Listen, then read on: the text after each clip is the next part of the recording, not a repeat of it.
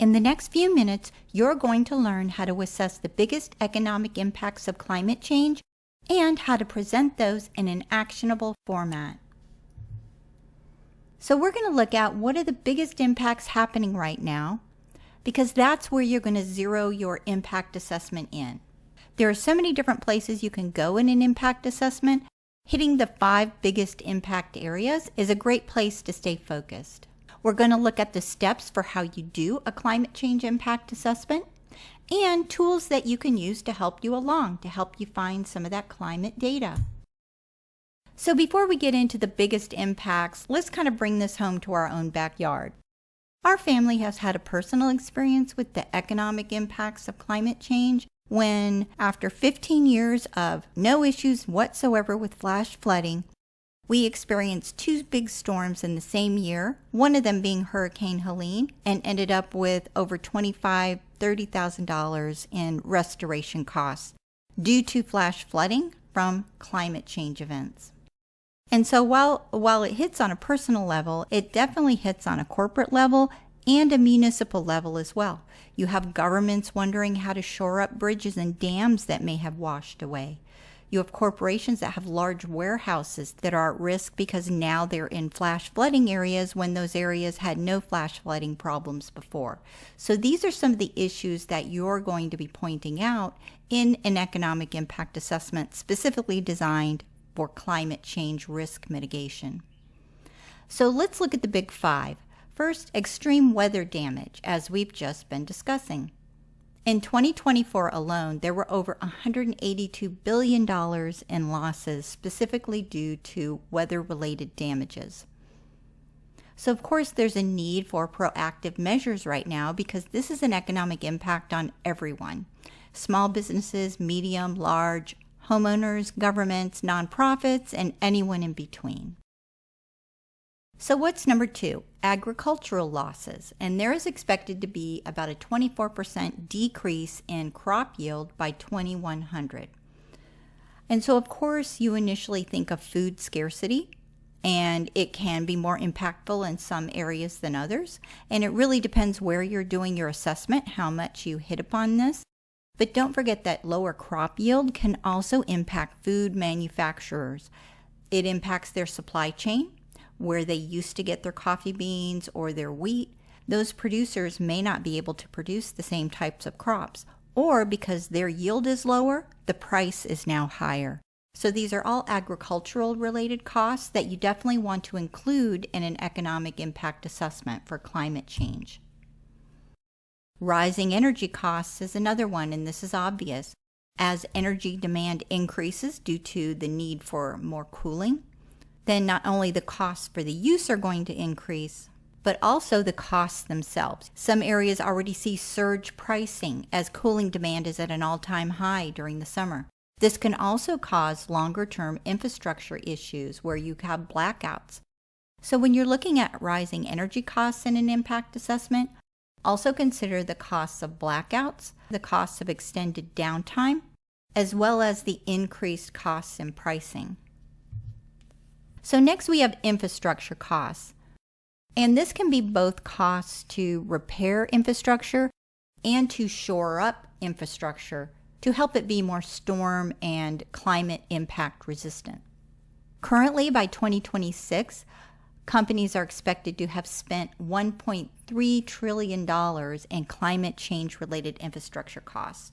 And that is a lot. It's a huge financial burden, especially on smaller companies, but on large as well with a larger global footprint. And also when companies have to stop and spend their time, energy, and resources on mitigating the effects of climate change, that also means their forward progress is getting slowed or taking a hit as well.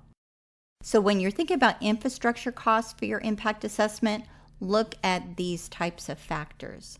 Not just the obvious, but dig a little bit beyond that.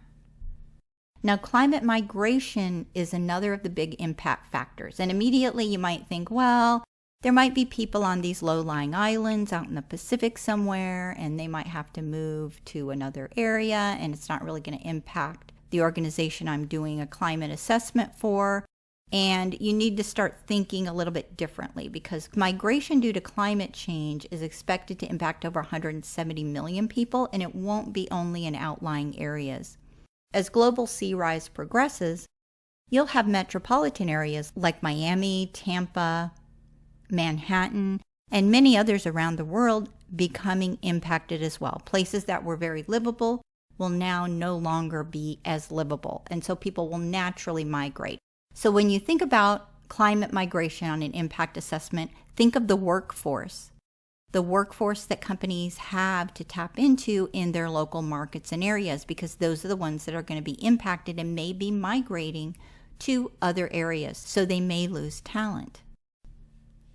So now that you have the big 5 key areas to focus on in your climate risk assessment, let's look at how we build that up.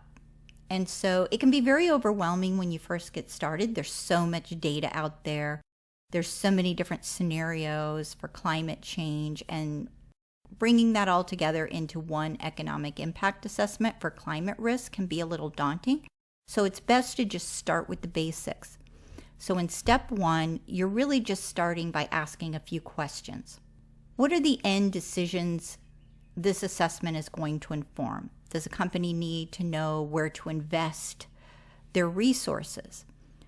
Is a company deciding whether to invest in renewable or simply tap into existing energy infrastructure? Who are the stakeholders involved? And specifically, and very importantly, what regions and sectors are you focusing on? If you're focusing on food production, then the agricultural impact is going to be very important. If you're focusing on a region on the coastline, that's also going to be very important. But that also helps you narrow your scope of where you need to go for data sources, which takes us to step 2. So next, you're going to be gathering climate and economic data, because you have to look at both baseline and projected, and then create an assessment based upon the difference between the two. So there are several data sources you can use, like the World Bank, IPCC, there's climate.gov, and many others. And if you go on assessments with an S, assessmentstools.com, look at our climate articles, and if you want to find links to some of these climate resources, you're going to find them there. It won't cost you anything. Now you're going to analyze the risks and opportunities. You're going to take that climate and economic data that you've looked at, and you're going to identify both the physical risks, such as a flood. If there's flooding, what does that mean for infrastructure costs, repair costs?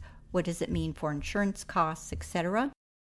And also transition risks like policy changes, technology shifts that a company might have to make. So now you want to quantify the impacts. You really have to put it into dollars so you can show them where they're going to save dollars by using the recommendations in your assessment. So look at ways to justify the interventions. So in a nutshell, you want to say something like this. Your warehouse is in an area that's becoming more vulnerable to storm events. There has been one event in the last 10 years that cost the company X amount.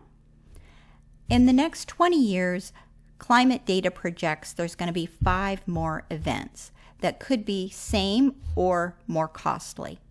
Here's a projection of what that might look like. Here's the recommendations, step 5, to mitigate those costs. And here's how much you could save if you do XYZ recommendation. So really it ends up being distilled down to the very basics. You're showing them what has something cost already, what could it cost due to the risk associated with climate change, what can they do to avoid or mitigate those factors, what is that going to cost them, and what's the savings difference. That's the kind of data leadership needs to make a smart decision. So now let's look at some tools to support your assessment. You'll be able to find tools like the Climate Risk Index, a risk mapper, the U.S. Climate Vulnerability Index, and the ND GAIN. All of them will provide national and subnational level data. Now, again, if you want to find links, direct links to all those sources, just go to assessmentstools.com, look at our guides, and then look for our articles on climate change risk assessment. You'll find these listed, and you'll find direct links to each of those resources. You also want to look at scenario analysis templates, and these kind of take it out and give you what-if scenarios. NOAA has a very helpful one called Future Climate Projection. But what those scenario analysis templates do, we'll look at if the climate warms by 1.5 degrees Celsius by X time, if it warms to 3 Celsius, what does that mean for some of the climate risk factors? So if you use this data, it's going to make it even more informative because it's going to allow you to make a best case, mid case, and worst case scenario based upon the degree of climate change and thus climate events. So that's what the scenario analysis templates will do. And then putting this all together, usually a PowerPoint template is how you're going to do that. And we have a free one at assessmentstools.com that you can use. And you can find a direct link in the description to this video to an article that will provide you with that download. So take your economic climate risk assessment step by step, use actionable data, and use resources to help you do it faster and smarter. Now, if you like our content, go ahead and subscribe to our channel. We're always putting up new articles all the time, and each of them comes with a free downloadable resource to make your work easier.